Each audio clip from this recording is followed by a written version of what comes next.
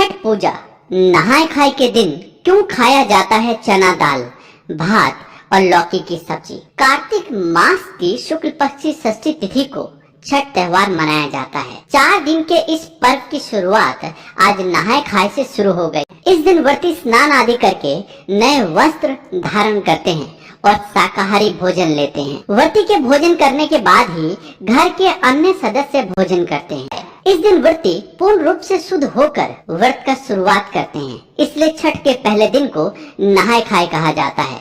इसे नहाय खाए इसलिए भी कहा जाता है क्योंकि इस दिन व्रती शुद्ध होकर स्नान करके और अपना पूजा पाठ आरंभ करते हैं छठ के लिए, और शाम को लौकी की सब्जी, भात और चना दाल खाते हैं। नहाय खाए के दिन से घर की सफाई चालू हो जाती है। आज के दिन घर में छठ करने वाली व्रती सात्विक भोजन करती है। इस दिन से घर में भोजन में लहसुन प्याज का इस्तेमाल बंद कर दिया जाता है। इस दिन व्रती केवल एक बार भोजन करते हैं। इसके अलावा आमतौर पर घर में बिस्तर पर नहीं सोते, बल्कि वे 4 दिन तक जमीन पर सोते हैं। नहाय खाए के दिन खास तौर से लौकी की सब्जी बनती है। इसके पीछे मान्यता है कि हिंदू धर्म में लौकी को बहुत पवित्र माना जाता है।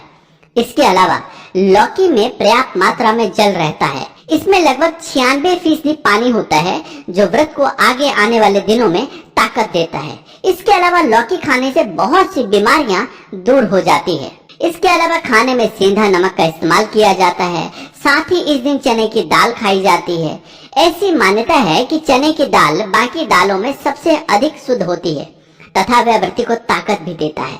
नहाय खाए के दिन खाना आम दिनों की तरह रसोई में चूल्हे पर नहीं, बल्कि मिट्टी के चूल्हे पर बनाया जाता है। खैर, शहरों में जो लोग रहते हैं वहाँ मिट्टी का चूल्हा बनाना तो संभव नहीं है, इसलिए वो नया चूल्हा खरीदते हैं या वो चूल्हा जो सिर्फ व्रत में इस्तेमाल करते हैं उस पर वो लोग खाना बनाते हैं। इस दिन खाना बनाकर पहले पूजा की जाती है, बाद में सूर्य भगवान को भोग लगाया जाता है। फिर व्रती लौकी की सब्जी, भात और चने दाल को खाते हैं और उसके बाद ही परिवार के बाकी सभी लोग भी यही खाते हैं।